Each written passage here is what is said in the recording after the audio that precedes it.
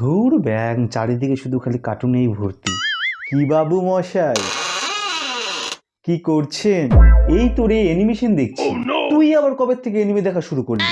কেন, এখন তো ফেসবুক ইনস্টাগ্রাম খুললেই তো অ্যানিমেশনে ভর্তি। ও আচ্ছা, ওটাকে গিবলি স্টাইল বলে। শালা আমি ছোটবেলা থেকে আজ পর্যন্ত যতগুলো কার্টুন দেখিনি, কয়েকদিন তার থেকে বেশি কার্টুন দেখে ফেলেছি। বুঝতেই পারছি যে ফেসবুক ইনস্টাগ্রাম চালাচ্ছি না অ্যানিমেশন দেখছি, সবাই শালা কার্টুন হয়ে ঘুরে বেড়াচ্ছে। হ্যাঁ বলতে পারিস। কিছুক্ষণ আগে দেখলাম শালা একটা আদ্দামরা কাকু ফেসবুকে নিজের কার্টুন বানিয়ে পোস্ট করেছে। আমি প্রথমে ভাবলাম এটা কি ছোট ভাইমের কালিয়া নাকি ডোরিমনের জিন, শালা বুঝতেই পারছি না। তারপর তার ক্যাপশন দেখলাম, সেখানে লেখা ছিল ইটস মি জিবলি না ডিবলি, কি যেন একটা স্টাইল বেরোচ্ছে, গিবলি স্টাইল। হ্যাঁ জিবলি স্টাইল। আর ভাগ্যিস এই গিবলি স্টাইলটা আসছে, নাহলে শালা বুঝতেই পারতাম না যেই সব মেয়েরা ফেসবুক ইনস্টাগ্রামে নিজেদেরকে সিঙ্গেল ঘোষণা করতো তাদের বাবু সোনা আছে। ভাই শান্ত হ, শান্ত হ। শান্ত হওয়ার কি আছে বলতো তুই?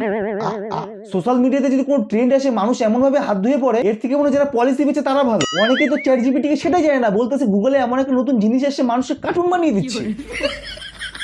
এতদিন জাপানে ছিল, ভালো ছিল, যেই ইন্ডিয়াতে এসে মানুষজন গু বানানো শুরু করে দিয়েছে। এখন যতক্ষণ পর্যন্ত না এই গুয়ের গন্ধ ছড়াবে ততক্ষণ পর্যন্ত কেউ থামবে না। আর যারা গিবলি স্টাইলের ফটো বানাতে পারতেছে তাদের যে ডিমান্ড, বিয়ে বাড়িতে ক্যামেরাম্যান আর সরস্বতী পুজোতে পুরোহিতের চেয়ে এদের ডিমান্ড বেশি।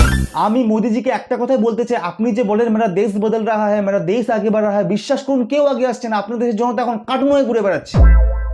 শালা মনে হয় ভুল সময় চলে যাচ্ছি, জন্মের ভাড়াস ভরে আছে তো। ভাই শান্ত হ, শান্ত হ, মাথা ঠান্ডা কর। এই নে জল খা।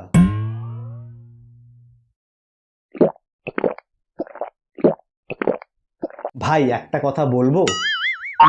রাগ করবি না তো? বল না কি হয়েছে বল।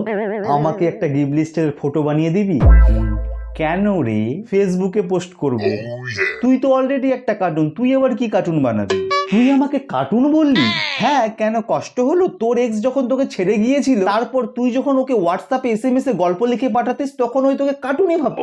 এ আবারও শুরু হয়ে গেছে। তারপর যখন তুই ওকে ফোন করে কান্না করতিস, প্লিজ ছেড়ে যেও না বাবু, তখন ওই তোকে সবচেয়ে বড় কার্টুন ভাবতো। এই শালার মাথা গরম আছে আজকে, এখানে বেশিক্ষণ থাকা যাবে না, পুরো কাঁচা খুলে দিবি। আর একবার বলবো যদি না হয় সঙ্গে সঙ্গে মারবো তো।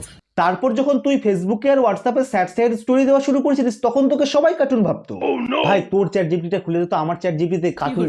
আরে কার্টুন ধুর, গিবলি স্টাইলটা হচ্ছে না। দেখ চ্যাট জিপিটিও জানে তুই অলরেডি একটা কার্টুন।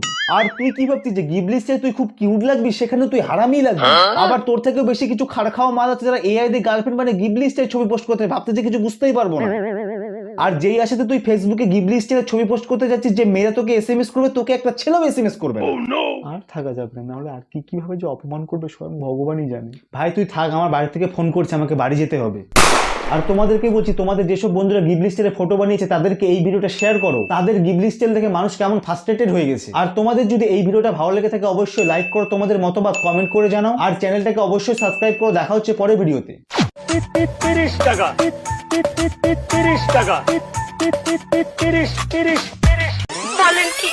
30 টাকা 30 টাকা 30 টাকা 30 টাকা